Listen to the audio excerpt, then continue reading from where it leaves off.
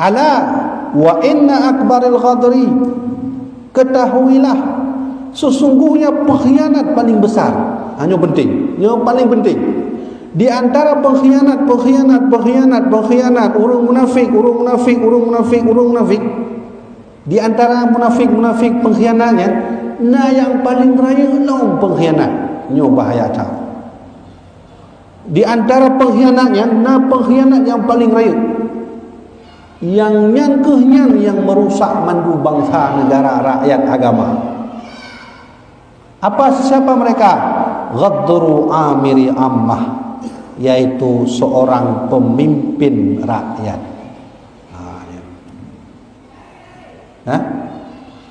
Nyo Nabi yang beranu, bukan lo yang beranu.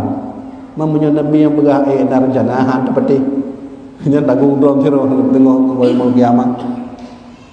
Nyo unik hadisnya, Nabi benar sebut bahawa inna likulli ghadirun, setiap sesuatu di part-part mentang kita nyo na pengkhianat.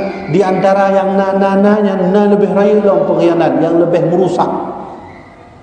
merusak aja hanya main, merusak bagi bangsa, bagi negara, bagi rakyat, bagi agama. Kemudian ghadru amiri ammah, yaitu penipu dari seorang pemimpin rakyat. Dalam halnya presiden,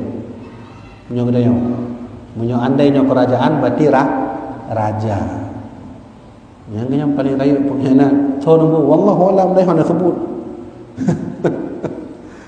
Ya kan? Makanya dosa mendung katanya salah pilih. Tengok tanggung jawab sih.